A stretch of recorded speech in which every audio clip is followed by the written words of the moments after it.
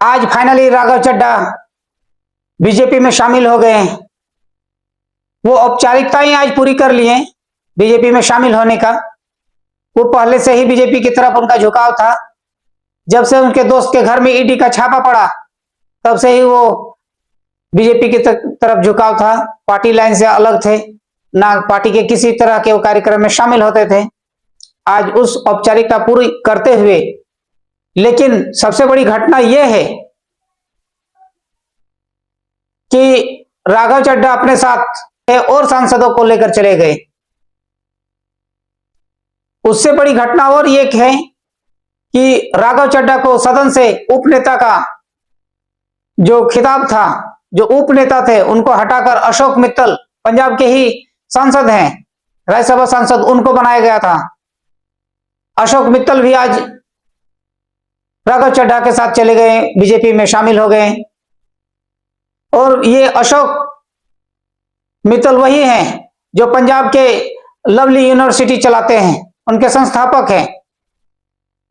जब उनको नेता, उपनेता बनाया गया सदन में, तब उनके घर में ईडी का छापा पड़ता है और शायद उनका मन यहीं से बदलना शुरू हो गया कि अगर ईडी से बचना है तो बीजेपी के साथ तो जाना ही पड़ेगा।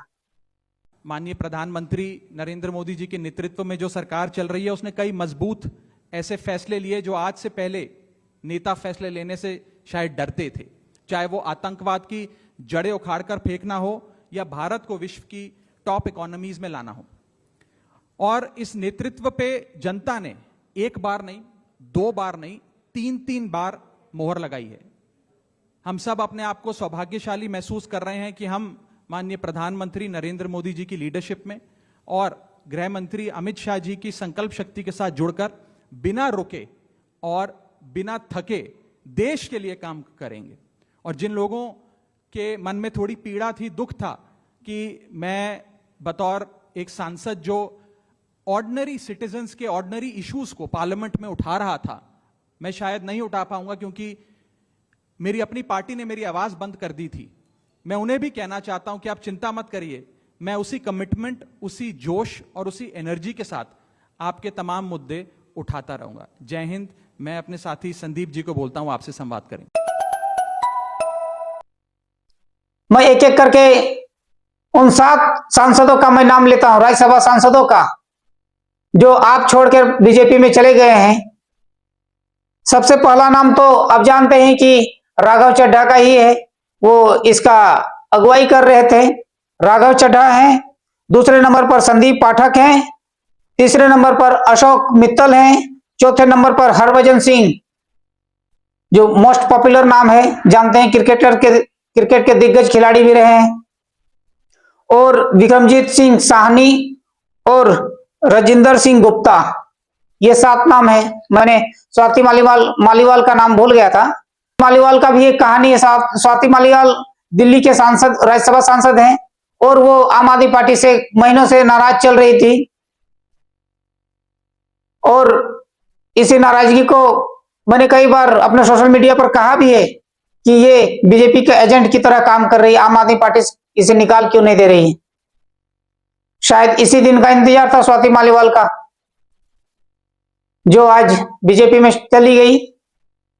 और राघव चड्ढा एक प्रेस कॉन्फ्रेंस करते हैं और ये सांसद भी होते हैं और राघव चड्ढा कहते हैं अपने आप को कि मैं तो अच्छा आदमी हूं, अपने आप को अच्छा आदमी बताते हैं, लेकिन पार्टी को गलत बताया कि मैं गलत पार्टी में था। और उन्होंने एक शब्द और भी कहा कि मैंने अपनी जवानी के 15 साल इस पार्टी को दिया, आम आदमी पार्टी को, लेकिन वो अपने विचारधारा से अलग होती गई। पार्टी जिस विचारधारा के साथ हम लोग जुड़े थे, पार्टी को बनाया था, वैसा कुछ भी नहीं रहा। और वो बड़ा सा प्रेस कॉन्फ्रेंस करते हैं। उसके बाद संजय सिंह भी, आम आदमी पार्टी के संजय सिंह जो राज्यसभा सांसद हैं, वो भी प्रेस कॉन्फ्रेंस करके इनको गद्दार कहते हैं। पंजाब के लोगों के साथ धोखा बताया जाता है कि इन्होंने धोखा किया है। उधर अरविंद केजरीवाल ट्वीट करते हैं और वो 2 बातें अरविंद केजरीवाल ट्वीट करते हैं और बोलते हैं कि इन्हें धोखेबाज भी कहते हैं कि पंजाब के लोगों के साथ इन्होंने धोखा किया है। उसके बाद पंजाब के मुख्यमंत्री भगवंत मान प्रेस कॉन्फ्रेंस करते हैं, लेकिन उनकी प्रेस कॉन्फ्रेंस हिंदी में नहीं बल्कि पंजाबी में है। आप सुनिए ये तीनों प्रेस कॉन्फ्रेंस में क्या क्या कहते हैं। राघव चड्ढा ਦਾ ਦਮ ਘੁੱਟਣ ਲੱਗ ਗਿਆ ਇੱਥੇ ਜਦੋਂ 50 ਨੰਬਰ ਕੋਠੀ ਸੀ ਉਦੋਂ ਬੜੀ ਖੁੱਲੀ ਹਵਾ ਆਉਂਦੀ ਸੀ ਨਾ। ਮਤਲਬ ਯਾਰ ਤੁਸੀਂ ਖੜ ਜਾਓ ਕਿਤੇ ਤਾਂ ਕਿਤੇ ਖੜ ਜਾਓ ਯਾਰ, ਸਾਈਕਲ ਦਾ ਵੀ ਸਟੈਂਡ ਹੁੰਦਾ ਕੋਈ। ਪਾਰਟੀ ਨੇ ਇੰਨਾ ਕੁਝ ਦੇਤਾ ਉਹਨੂੰ ਵੀ ਤਾਂ ਪੋਜ਼ਿਟਿਵ ਮੰਨੋ ਨਾ, ਨਹੀਂ ਤਾਂ ਸਰਪੰਚ ਨਹੀਂ ਬਣਨ ਦੇ ਲਾਇਕ ਹੈਗੇ। ਪਰ ਪਾਰਟੀ ਨਵੇਂ ਬੰਦਿਆਂ ਦੀ ਪਾਰਟੀ ਹੈ, ਚਲੋ ਯਾਰ ਕੰਮ ਕਰਦੇ ਆਏ ਹੋ ਪੁਰਾਣਾ, ਉਹਦਾ ਕੋਈ ਰਿਵਾਰਡ ਦੇ ਦਿੰਦੇ, ਚਲੋ ਰਾਜ ਸਭਾ ਚਲੇ ਜਾਓ ਨਾ ਜੀ। ਈਡੀ ਦਾ ਛਾਪਾ ਪਿਆ ਅਸ਼ੋਕ ਮਿੱਤਲ ਜੀ ਦੇ, ਪੈਸੇ ਤਾਂ ਨਹੀਂ ਖੋ ਕੇ ਲੈ ਗਏ ਉਹ। ਈਡੀ ਦੇ ਇੱਕ ਛਾਪੇ ਦੀ ਮਾਰ ਸੀ ਉਹ। ਮੈਂ ਤੁਹਾਨੂੰ ਕਹਿੰਦਾ ਰਿਹਾ ਪਹਿਲਾਂ ਵੀ ਕਿ ਇਹਨਾਂ ਕੋਲੇ CBI ED NIA ਹੋਰ ਪਤਾ ਨਹੀਂ ਕਿਹੜੀਆਂ ਇਹ ਉਹਨਾਂ ਦੇ ਸਿਰ ਤੇ ਪਾਰਟੀ ਚੱਲਦੀ ਹੈ। ਇਹ ਕੋਈ ਡੈਮੋਕ੍ਰੈਟਿਕ ਪਾਰਟੀ ਨਹੀਂ ਹੈਗੀ।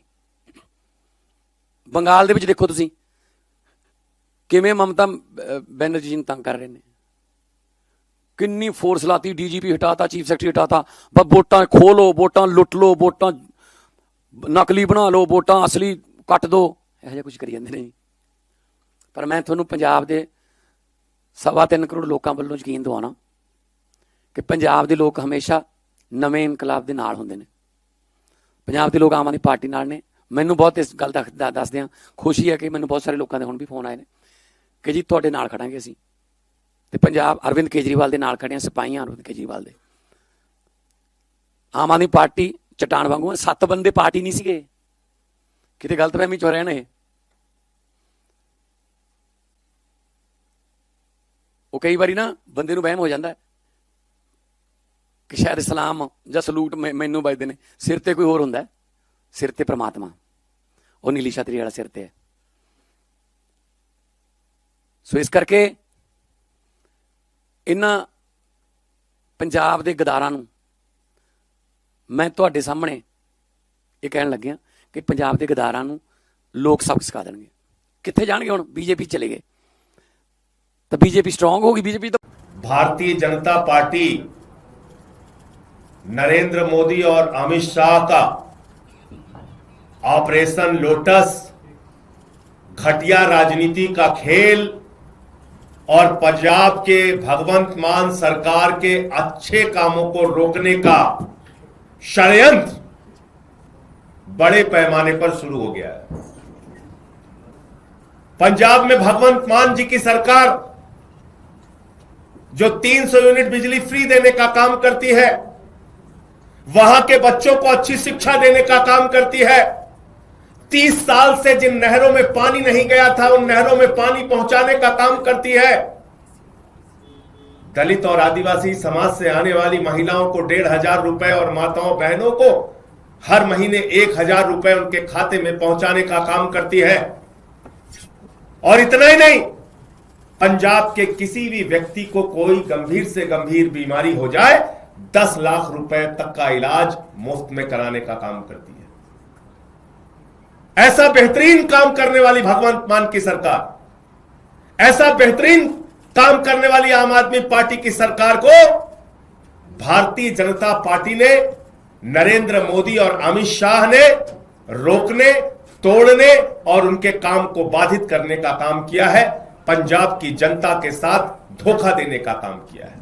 इन नेताओं ने औपचारिकताएं पूरी करके बीजेपी में चले गए, लेकिन इन लोगों ने एक टेक्निकल काम करके गया। उन लोग जानता था कि अगर हम लोग जाते हैं तो हमारे साथ दल बदल कानून लग सकता है। इसके लिए, इसके बचने के लिए 10 में से 7 सांसदों ने बीजेपी ज्वाइन किया और उन पर दल बदल का कानून नहीं लगता है। अब सांसद भी रह गए राज्यसभा के और ये बीजेपी के लिए भी काम करेंगे, अब बीजेपी के नेता कहलाएंगे।